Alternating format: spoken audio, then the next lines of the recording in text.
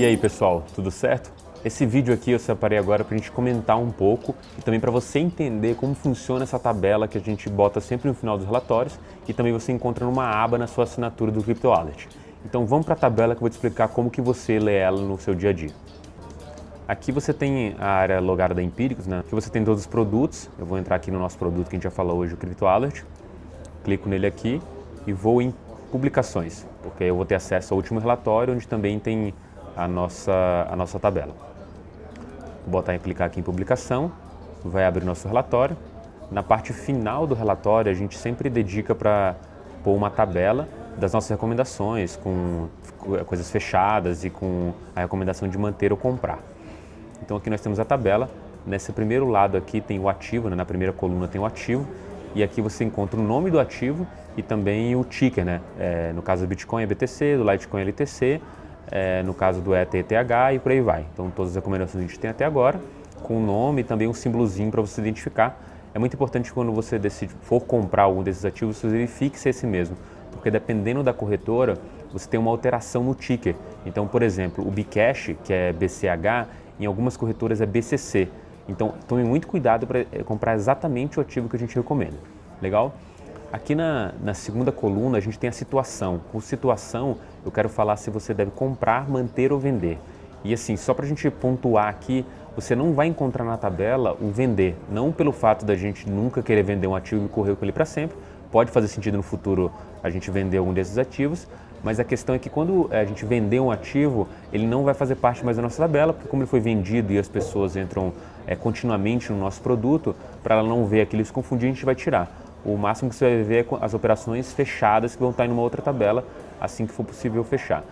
No manter, eu quero dizer que se você já comprou esse ativo, o ideal é que você mantenha ele em sua carteira e não compre mais. Para você, se não comprou esse ativo, o ideal é que espere até um momento em que a gente sinalize compra. Quando tiver escrito comprar, é para você comprar esse ativo. Se tiver manter, apenas mantenha. E se você não tem, não entre nele ainda. No momento certo a gente vai indicar. Aqui na terceira coluna, a gente vai falar do preço atual. Esse preço, ele não é atualizado dinamicamente. Então você vai encontrar o preço atualizado da última publicação. Como a gente publica às 9 horas na terça, você vai encontrar esse preço baseado exatamente nessa hora. E aqui no preço atual, para o Bitcoin, a gente usa esse valor aqui em reais e para todas as outras moedas a gente usa o valor em Bitcoin, porque a gente também quer saber quanto que esse ativo tá valendo em Bitcoin. Legal? Mas a única diferença é que o Bitcoin eu estou precificando em real, por uma questão de conseguir botar tudo numa tabela. Eu até poderia botar separado, mas aí, por simplificação, eu consigo botar nessa tabela e facilita para você também. Na quarta coluna, a gente tem a referência. A referência de preço, ela é exatamente o preço que está valendo aquele ativo.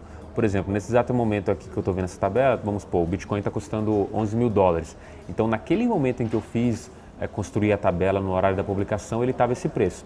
Assim como as outras moedas, e aqui tudo é precificado em dólar nessa tabela de referência, que é exatamente no momento em que eu publiquei a tabela. Agora aqui na última coluna, a data da publicação. Na data da publicação a gente encontra a data que foi publicado e também essa data é um link para você acessar o relatório. Então, por exemplo, aqui no Bitcoin a recomendação foi de 1 de 9 do ano passado. Nessa publicação a gente tem a primeira recomendação do Bitcoin, a entrada nele, e ali a gente explica os motivos por que a gente colocou isso na nossa carteira. Para as outras moedas funciona da mesma forma.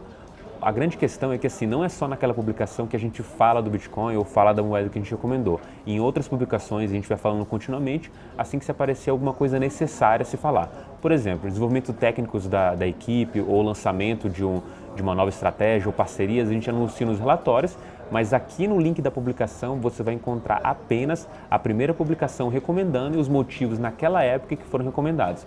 Assim como quando a gente for fechar uma operação, a gente vai indicar também outra tabela quando estiver fechada e, obviamente, o link do fechamento dessa operação. Então é isso, a tabela ela é dessa forma. Se você tem alguma dúvida, creio que eu fui bem explícito em explicar qual a situação, mas se tiver alguma dúvida, a gente sempre tem um e-mail CryptoWallet com Y, @empiricus.com.br para você mandar suas dúvidas e se quiser esclarecer alguma coisa da tabela, a gente está sempre aberto para responder isso. Então, pessoal, muito obrigado e até a próxima.